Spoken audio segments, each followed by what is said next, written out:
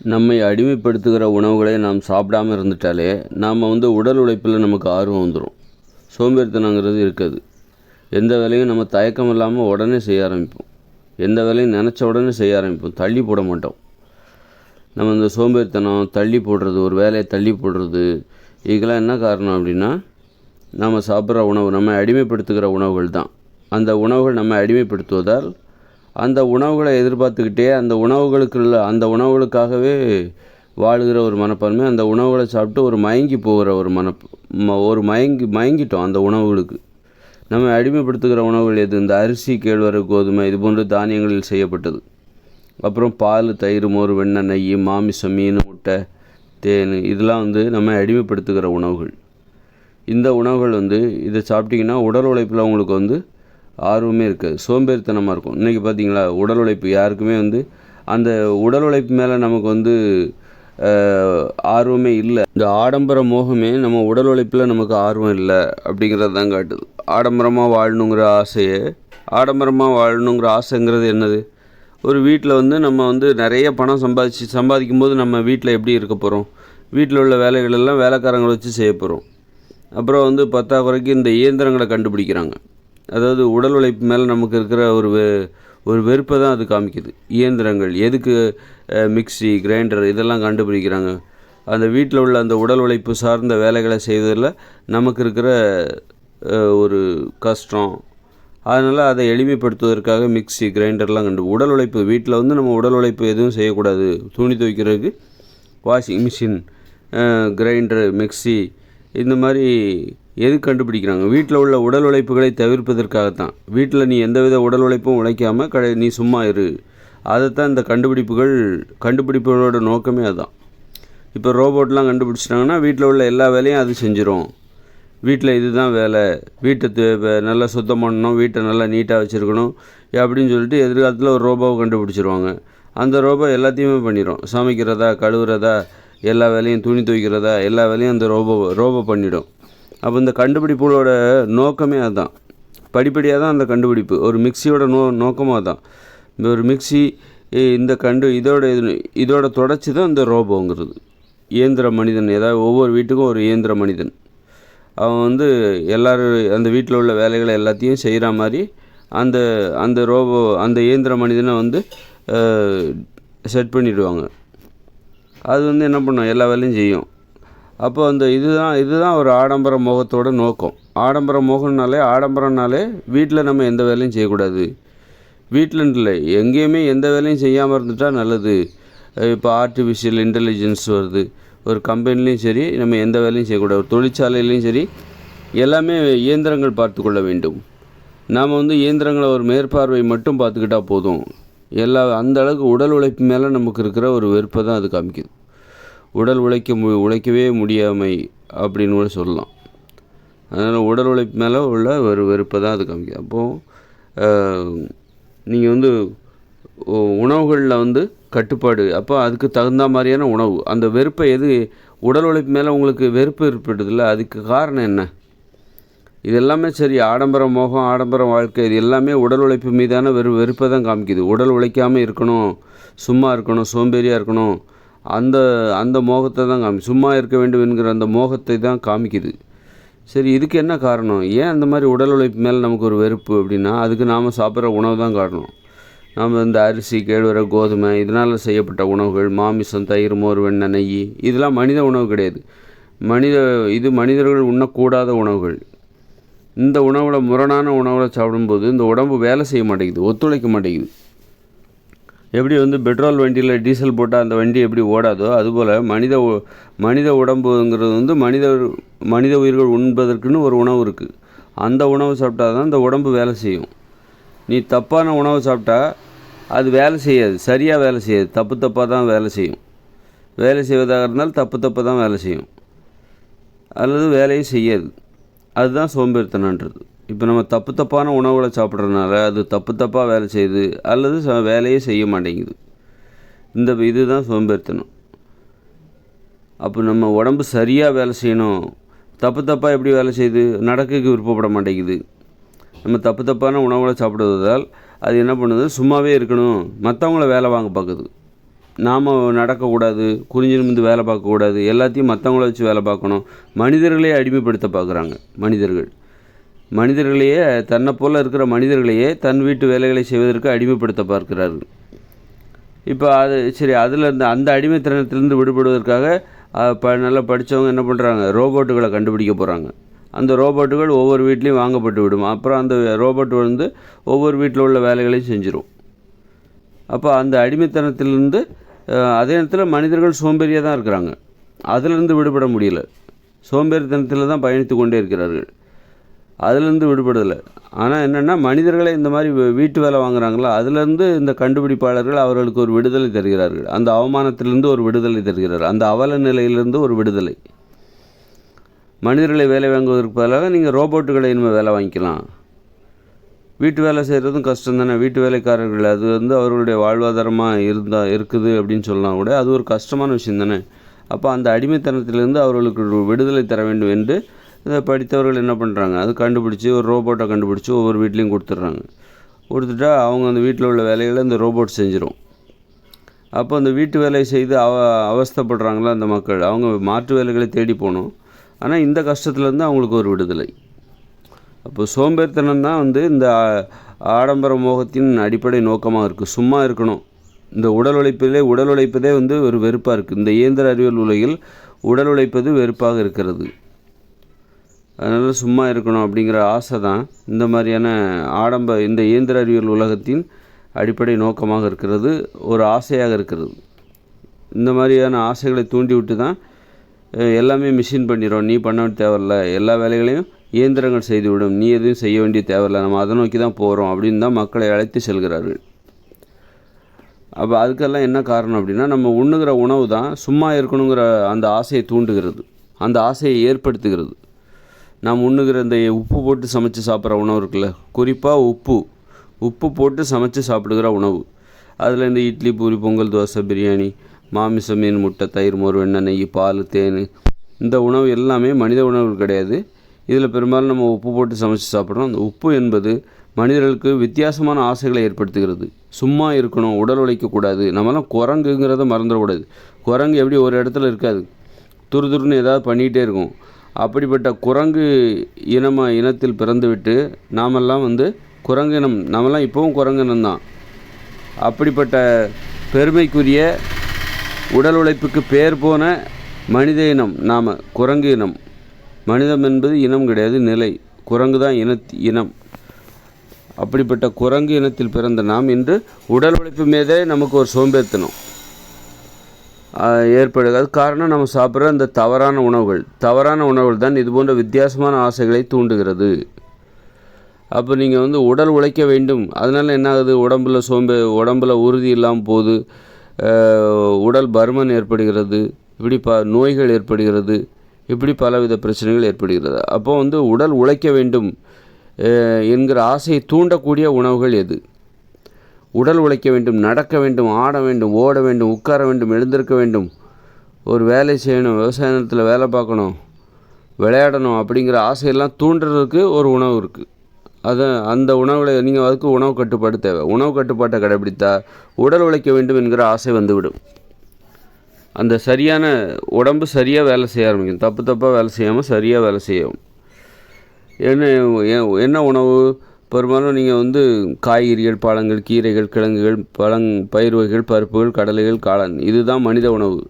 இதை மட்டுமே சாப்பிட பழகுங்க. இதை மட்டுமே வேக வச்சோ பச்சையாவோ சாப்பிட்டிங்கன்னா, உப்பு சேர்க்காமல் சாப்பிட்டிங்கன்னா என்ன ஆகுன்னா, உடல் உழைப்பில் உங்களுக்கு அவ்வளோ ஆர்வம் வரும். ஒரு வேலையை நினச்சா உடனே செஞ்சுருவீங்க. இன்னொன்று பார்த்தீங்கன்னா, நீங்கள் திட்டமிடுகிற வேலை எல்லாமே எளிமையாக தான் இருக்கும். உடனே இதை வந்து பிரம்மாண்டமான வேலைகளுக்கு பயன்படுத்திக்கலாம், பெரிய வேலைகளுக்கு அப்படி கிடையாது. இது வந்து எளிமையான உணவு, அது இயற்கையான உணவும் கூட. ஏன்னா இதெல்லாம் உப்பு சேர்க்க போகிறதில்ல. நீங்கள் பச்சையாகவோ வேக வச்சா சாப்பிட்லாம், இல்லை வறுத்து சாப்பிட்லாம். உப்பு சேர்க்காமல் இந்த காய்கறிகள், பழங்கள், கீரைகள், கிழங்குகள், பருப்புகள், கடலைகள், காளான், இதுதான் மனித உணவு. இந்த உணவில் உப்பு சேர்க்காமல் வேக வச்சோ பச்சையாவோ வறுத்தோ சாப்பிடுங்க. சாப்பிட்டா என்ன ஆகும் அப்படின்னா, உடல் உழைப்பு மேலே அவ்வளோ ஆர்வம் வரும். ஏன் அவ்வளோ ஆர்வம் வருது? இதை சாப்பிட்டா ஏன் உடல் உழைப்பு மேலே அவ்வளோ ஆர்வம் வருது? ஏன்னா இந்த உணவுகள் உங்களை அடிமைப்படுத்தாது. இந்த உணவுகள் வந்து ஒரு இந்த உணவில் சாப்பிட்டா உங்களுக்கு நீங்கள் திருப்தி அடைஞ்சிட மாட்டீங்க.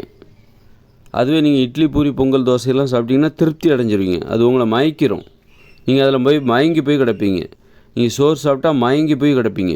பிரியாணி சாப்பிட்டா மயங்கிடுவீங்க. பிரியாணி சாப்பிட போகிறோன்னு நினைக்கும் போதே மயக்கம் வந்துடும் உங்களுக்கு. ஒரு மயக்கம், ஒரு மயங்கிய நிலை, அடிமையான நிலை அது. அதை சாப்பிட்டாக்கா அப்புறம் சாப்பிட்ட பிறகு ஒரு மயக்கம். அந்த மாதிரி பசி மயக்கம், உண்ட மயக்கம்லாம் சொல்கிறாங்களா, அந்த மாதிரி மயங்கி போய் கிடப்பாங்க. ஆனால் இந்த உணவு சாப்பிட்டா மயங்க மாட்டாங்க, அதுக்கு அடிமையாக மாட்டாங்க. நான் சொல்கிற காய்கறிகள், பழங்கள், கீரைகள், பருப்புகள், கடலைகள், இதை உப்பு சேர்க்காமல் வேக வச்சோ பச்சையாவோ சாப்பிடும்போது அதுக்கு யாரும் மயங்க மாட்டாங்க, அடிமையாக மாட்டாங்க. அதனால் அதை அளவுக்கு அதிகமாகவும் சாப்பிட முடியாது, ஒரு அளவு தான் சாப்பிட முடியும். அப்போ எப்போவுமே வயிறு காலியாக இருக்கும், ஒரு பசியோடு இருப்பாங்க, ஒரு கோபம் இருக்கும், ஒரு உடல். அப்போ முழுமையாக திருப்தி அடைய மாட்டாங்க. அப்போது ஒரு வேலைன்னு வரும்போது, ஒரு உடல் உழைப்பு, ஒரு வேலைன்னு வரும்போது உடனே செய்வாங்க. ஏன்னா நம்ம இந்த மாதிரி உணவுகள் இந்த மனிதர்கள் உண்ணுகிற அந்த மனித உணவுகள் இருக்குல்ல, இது சாப்பிட்டாக்கா முழுமையான திருப்தி இவங்ககிட்ட இருக்காது. வேறு வகையில் வேறு எதுலையாவது இன்பத்தை தேடலாம் அப்படிங்கிற எண்ணம் வரும். அதுவே நீங்கள் இட்லி பூரி பொங்கல்லாம் சாப்பிட்டீங்கன்னா அதிலே திருப்தி அடைஞ்சிருவீங்க. அதுவே போதும், இந்த வாழ்க்கையில் இதை விட வேறு என்ன பெரிய இன்பம் இருக்குது அப்படிங்கிற எண்ணம் வந்துடும். அதுவே நீங்கள் பழங்கள், காய்கறிகள், கீரைகள், கிழங்குகள் இதை பச்சையாவோ வேக வச்சா சாப்பிடுங்க. இதில் உங்களுக்கு முழுமையாக திருப்தி அடையாது. வேறு எதையாவது செய்யணும், வேறு ஏதாவது இந்த வாழ்க்கையில் இன்பத்தை தேடணும் அப்படிங்கிற எண்ணம் தான் வரும். அப்போ உடல் உழைப்புன்னு வரும்போது, ஒரு வேலைன்னு வரும்போது உடனே செய்ய ஆரம்பிச்சிருவீங்க. ஏன்னா அதிலேருந்து ஒரு இன்பத்தை தேடணும். ஏன்னா வெறும் உணவு மட்டுமே உங்களுக்கு போதுமான இன்பத்தை, திருப்தி அடைகிற இன்பத்தை கொடுத்து விடாது. நீங்கள் சாப்பிட்ற அந்த மனித உணவுகள், காய்கறிகள், பழங்கள், கீரைகள், அதை உப்பு சேர்க்காமல் பச்சையாகவே வேக வச்சு சாப்பிடும்போது அதுவே உங்கள் வாழ்க்கைக்கு போதுமான முழுமையான இன்பத்தையும் திருப்தியும் தந்து விடாது. அதனால் எப்போவுமே வேறு ஏதாவது வகையில் இன்பத்தை தேடலாமா அப்படின்னு உங்கள் மனசும் உடம்பும் தேடும். அப்போ நீங்கள் எந்த வேலையாக இருந்தாலும் சரி, உடல் உழைப்பு, ஆடல், பாடல், அதெல்லாம் இன்பத்தை தரக்கூடியது. அதிலிருந்து இன்பத்தை பெற வேண்டும். ஆடுவது, பாடுவது, விளையாடுவது, பேசுறது, இப்படி வேறு எந்தெந்த வழிகளெல்லாம் இன்பத்தை பெறலாம் அப்படின்னு உங்கள் மனசு தேட ஆரம்பிக்கும். ஏன்னா நீங்கள் சாப்பிட்ற அந்த காய்கறிகள், பழங்கள் உப்பு சேர்க்காமல் பச்சையாகவே வேக வச்சா சாப்பிடும்போது அது உங்களுக்கு முழுமையான திருப்தியை வாழ்க்கையில் கொடுத்துடாது. அப்போ வேறு எந்த வகையிலெல்லாம் நீங்கள் திருப்தியை பெறலாம், இன்பத்தை பெறலாம் அப்படின்னு சொல்லிட்டு உங்கள் மனசு தேடும்போது அதில் இந்த வேலைகளை செய்கிறது, உடல் உழைப்பு, நடக்கிறது கூட ஒரு இன்பத்தை தரும், ஓடுறது கூட ஒரு விளையாடுறது இன்பத்தை தரும், பேசுவது இன்பத்தை தரும், பாடுவது, ஆடுவது, காதல், காமம், இது எல்லாமே இன்பத்தை தரக்கூடியது. இப்படி பல்வேறு வழிகளில் இன்பத்தை பெறுவதற்காக மனிதர்கள் ஒரு முழுமையான ஒரு தேடலில் இருப்பார்கள். ஆனால் நீங்கள் இட்லியோ பூரியோ பொங்கலோ சாப்பிட்டீங்கன்னா திருப்தி அடைஞ்சிருவீங்க. போதுண்டா, அந்த வாழ்க்கையில் இதை விட மிகப்பெரிய இன்பம் வேறு ஒன்றுமே கிடையாது, எனக்கு வேறு எதுவுமே தேவையில்லை, வேலை வேலைக்கு சோறு கிடைச்சாலே போதும் எனக்கு அப்படிங்கிற எண்ணம் வரும். வேறு எனக்கு விளையாடணுங்கிற ஆசையே வராது. இதிலே திருப்தி அடைஞ்சிருவீங்க, மயங்கிடுவீங்க. இதை சாப்பிட்டு மயங்கிடுவீங்க. அப்படி சாப்பிட போகிறோங்கனாலே உங்களுக்கு ஒரு மயக்கம் வந்துடும். இந்த இட்லி பூரி பொங்கல் தோசை பிரியாணி இதெல்லாம் சாப்பிட்டா உங்களுக்கு வேறு எதுவுமே தேவையில்லை இந்த உலகத்தில். காதல் தேவையில்லை, காமம் தேவையில்லை. காம உணர்ச்சிலாம் இதெல்லாம் குறைச்சிரும் இந்த உப்பு போட்டு. ஏன்னா இது காமத்தை விட மேலான இன்பத்தை தருவதாக இருக்கிறது. உப்பு போட்டு சமைச்சு சாப்பிட்ற சாப்பாடு என்பது காம உணர்ச்சியை விட மேலான இன்பத்தை தருவதாக இருக்கிறது, காதலை விட மேலான இன்பத்தை தருவதாக இருக்கிறது. அதனால தான் இன்றைக்கி மனிதர்களை அடிமைப்படுத்தி, பெண்களை அடிமைப்படுத்தி, காதல் பண்ணக்கூடாது, அதை பண்ணக்கூடாது, இதை பண்ணக்கூடாதுன்னு சொல்லி ஆண் பெண் சுதந்திரத்தை கட்டுப்படுத்தி வச்சுருக்காங்க. அதுக்கெல்லாம் மனிதர்கள் சம்மதிக்கிறாங்கன்னா சும்மா ஒன்றும் சம்மதிக்கலை. இவ்வளோ அடக்குமுறை, நீ காதலிக்கக்கூடாது அப்படின்னா சரி அப்படிங்கிறாங்க. ஏன் சரின்றாங்க? இவங்க சாப்பிட்ற சாப்பாடு அந்த மாதிரி சரின்னு சொல்ல வைக்குது. ஏன்னா இவங்களுக்கு சாப்பாடே பெரிய இன்பத்தை தந்து விடுகிறது. இவங்க சாப்பிட்ற அந்த பிரியாணி, இதெல்லாமே இப்போ பிரியாணி, சோறு, பூரி, பொங்கல், தோசை, இட்லி, இதெல்லாமே மிகப்பெரிய இன்பத்தை தந்து விடுகிறது. இதை விட இந்த உலகத்தில் வேறு எதுவும் இன்பம் கிடையாது. காதல்லாம் அந்த அளவுக்கு ஒன்றும் பெருசு கிடையாது, காமம் என்பது அந்த அளவுக்கு ஒன்றும் பெருசு கிடையாது. அப்படிங்கிற அந்த உணர்ச்சியை எது தந்து விடுகிறது? நீங்கள் சாப்பிட்ற உப்பு போட்டு சமைச்சு சாப்பிடுகிற அந்த சோறு, பூரி, பொங்கல், தோசை, இட்லி, மாமிசம், மீன், முட்டை, இதெல்லாம் தந்து விடுகிறது.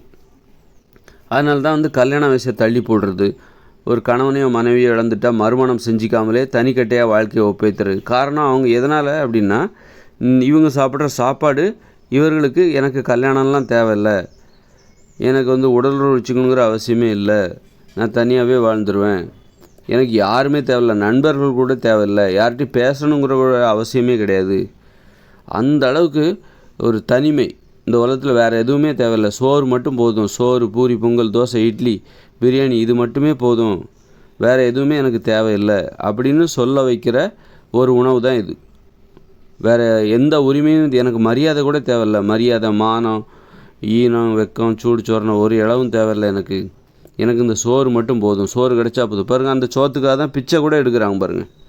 அம்மா தாயின்னு பிச்சை எடுக்கிற அளவுக்கு அந்த மனிதர்கள் அந்த சோத்துக்காக தான் பிச்சை எடுக்கிறாங்க.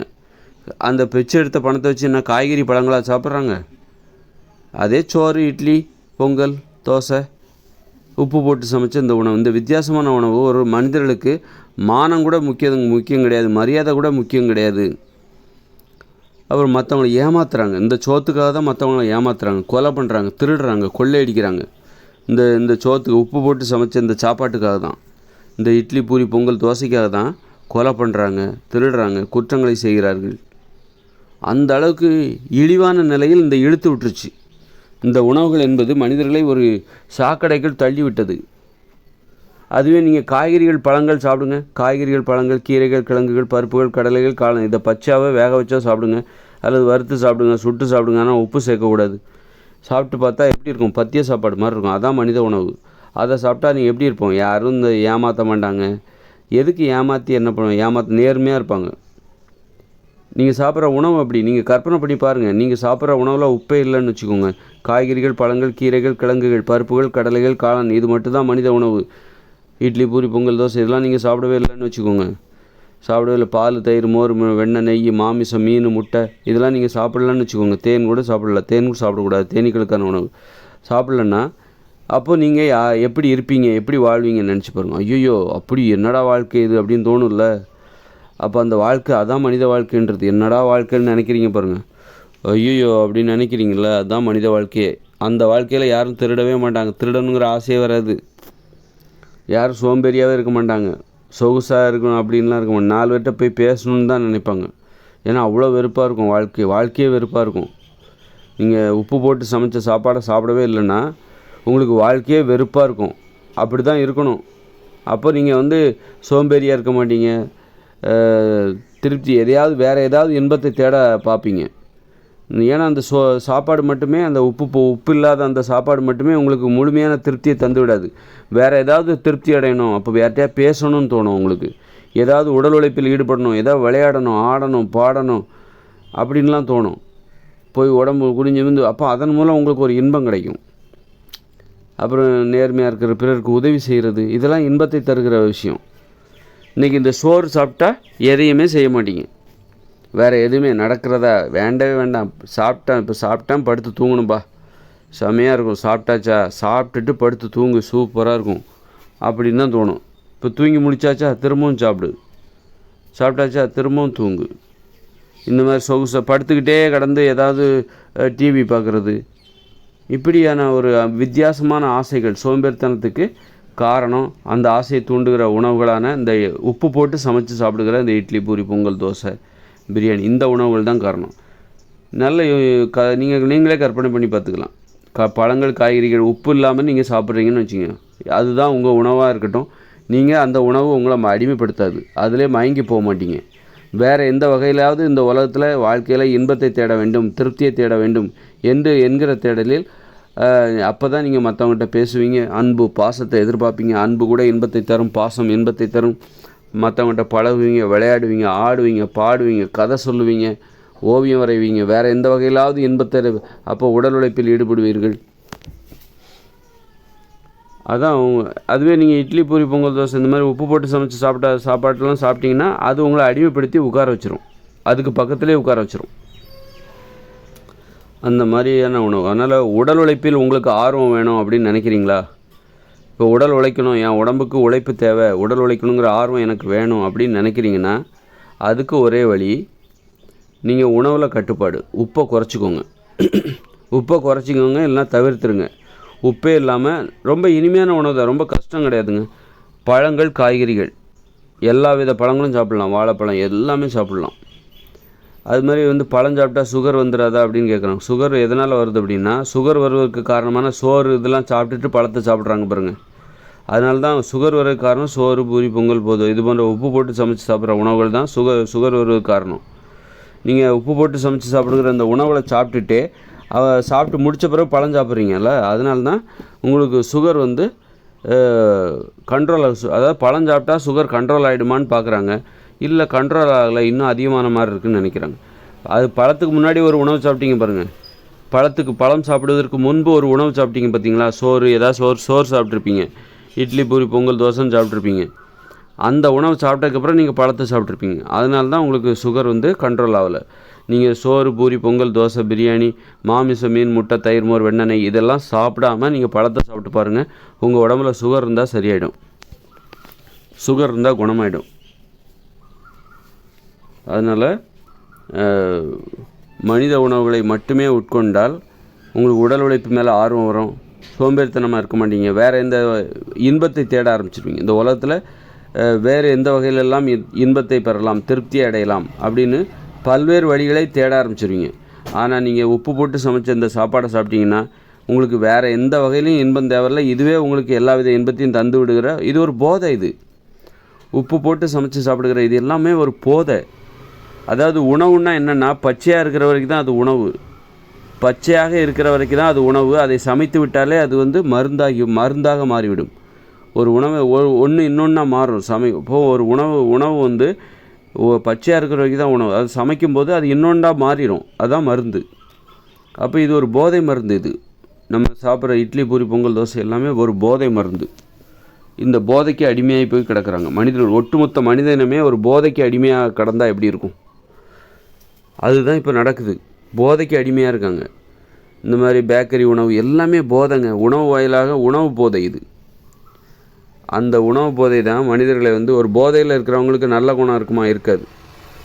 அதுதான் குற்றங்களை தான் செய்வாங்க. போதைக்கு அடிமையானவங்க குற்றங்களை தான் செய்வாங்க. அதுதான் இங்கே நடக்குது. மனிதர்கள் ஏன் குற்றங்கள் செய்கிறாங்க? இந்த போதைக்கு அடிமையான இந்த உணவுகள், போதை உணவுகள் தான் காரணம். உப்பு போட்டு சமைச்சு சாப்பிட்றோம்ல, இந்த வித்தியாசமான உணவுகள், இதுதான் வந்து மாமிச உணவு. இது எல்லாமே போதை. இந்த போதை தான் மனிதர்களை கெட்டவர்களாக மாற்றி விடுகிறது, குற்றங்களை செய்ய தூண்டுகிறது. அதனால் போதைக்கு அடிமையானவங்க அப்படி தான் இருப்பாங்க. மனிதனும் போதைக்கு அடிமையாக இருக்கிறது, அதனால் குற்றங்களை செய்கிறது. உணவு வாயிலாக போதையாக உணவையே போதையாக மாற்றிட்டாங்க. போதை உணவுகளுக்கு அடிமையான இந்த மனிதனும் அதனால தான் குற்றங்களை செய்கிறது. கொலைவெறி பிடித்து ஒரு கொலைவெறியே கூட போரிடுறாங்க, பல கோடிக்கணக்கானவரை கொண்டிருக்காங்க. கொலைவெறியே வந்துடுது. இந்த போதைக்கு அடிமையானவங்க கண்டிப்பாக வெறி பிடிச்சவங்களாக தான் இருப்பாங்க, கொலைவெறி பிடித்தவர்களாக தான் இருப்பாங்க. அப்போ கொலைவெறி பிடித்த இந்த மனிதனம், அதற்கு காரணம் இந்த உணவுகள் தான் காரணம். போதையாக மாறிப்போன இந்த உணவுகள், இந்த உப்பு போட்டு சமைச்ச உணவுகள், பேக்கரி உணவுகள், மைதா மாவு, பப்ஸு, கேக்கு, இந்த மாதிரியான பிரியாணி, இதெல்லாம் வந்து போதை உணவு. அந்த போதைக்கு அடிமையான மனித இனம் செய்கிற குற்றங்கள் தான் இப்போ நடந்துகிட்ருக்கு. இந்த இயந்திர அறிவியல் உலகம் இது ஒரு போதை உலகம். இது நம்மை அடிமைப்படுத்துகிற உலகம். போதைக்கு அடிமையானவர்களால் உருவாக்கப்பட்ட உலகம் இது, இயந்திர அறிவியல் உலகம்.